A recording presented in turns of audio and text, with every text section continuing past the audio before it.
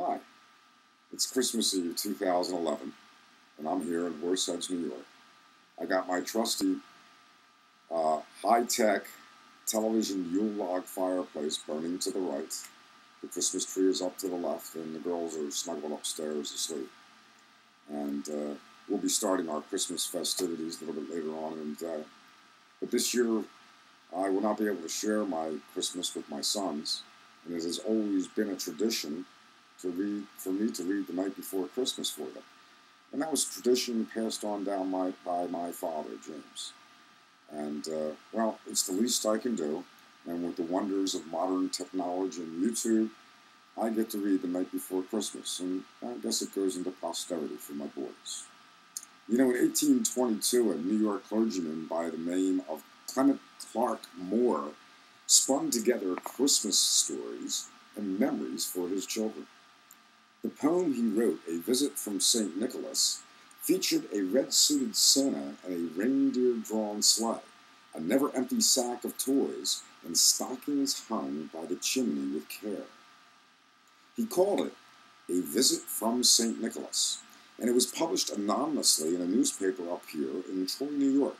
It captured the public's imagination, and the poem's opening line, "'Twas the night before Christmas," soon became the original title. One reason Moore's poem has endured is that it is a joy to read out loud. Beginning in hushed suspense, it builds to a dramatic crescendo of rollicking verses that usher in the mysterious midnight visitor. A tale of anticipation and wonder. The night before Christmas has become a holiday tradition for families all around. So, as you open up the pages, whether it is your first Christmas or you recall those past beautiful memories, celebrate and share the timeless joys of this enchanting holiday classic.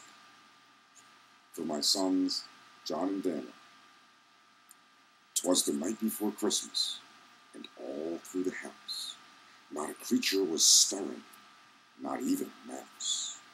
The stockings were hung by the chimney with care, with hopes that St. Nicholas soon would be there. The children were nestled all snug in their beds, with visions of sugar plums danced in their heads. And Mamma in her kerchief, and I in my cap, had at last settled down for a long winter's nap, when out on the roof lawn there arose such a clatter, I sprang from my bed to see what was the matter. Away to the window I flew like a flash, threw open the shutters, and threw open the sash. The moon on the breast of the new-fallen snow gave a luster of midday to objects below, when what to my wondering eyes should appear but a miniature sleigh and 8 tiny reindeer, with a little old driver so lively and quick, I knew right away it must be St. Nick. More rapid than eagles his coursers they've came, and he whistled and shouted and called them by name. Now Dasher, now Dancer, now Prancer and Vixen, on Comet, on Cupid, on Donner and Blitzen, to the top of the porch, to the top of the wall, now dash away, dash away, dash away all. As dry leaves before the wild hurricane fly, when they meet with an obstacle, mount to the sky, so up to the housetop the coursers they flew, with a sleigh full of toys, and St. Nicholas too. And then in the twinkling I heard on the roof the prancing and pawing of each tiny hoof. And I drew in my head and was turning around, when down the chimney St. Nicholas came with a bound. He was dressed all in front, from his head to his foot, and his clothes were all tarnished with ashes and soot. A bundle of toys he had thrown on his back, and he looked like a peddler just opening his sack.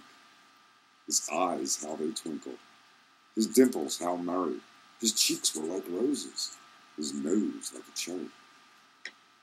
His droll little mouth was drawn up like a bow, and the beard on his chin was as white as the snow. The stump of a pipe he held tight in his teeth, and the smoke it encircled his head like a wreath. He had a broad face and a little round belly, and it shook when he laughed like a bowl full of jelly. He was chubby and plump, a right jolly old elf, and I laughed when I saw him in spite of myself. And a wink of his eye and a twist of his head soon gave me to know I had nothing to dread.